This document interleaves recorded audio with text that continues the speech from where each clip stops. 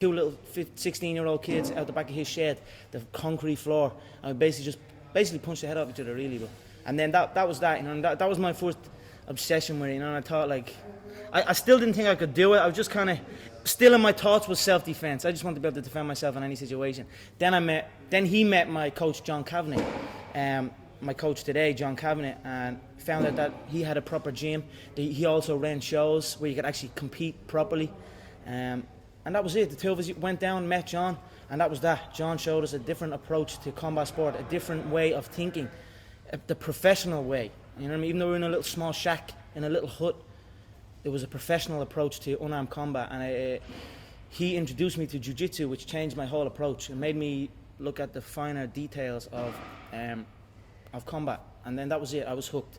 When I knew he had shows, I knew it was there. I knew I could get that ladder. You know, I knew I had something. I had a fascination with it.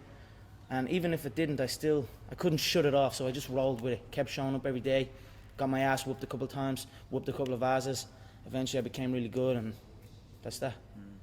You keep mentioning there that you're doing this, or you had when you were starting out, you were doing it to defend yourself. Were you bullied when you were younger? I definitely wasn't bullied. I mean, I definitely wasn't bullied. But you know, as you're growing up and you're walking around and I used to live in a little estate, and when you explore outside that estate, you start meeting new people, and then fights would happen. Boys, you know what I mean? Young boys would fight, but it just stuck in my head a little bit more. When something like that happened, it was always in my head. I'd go back and think about it. I think about what happened, what position happened, and just think about things.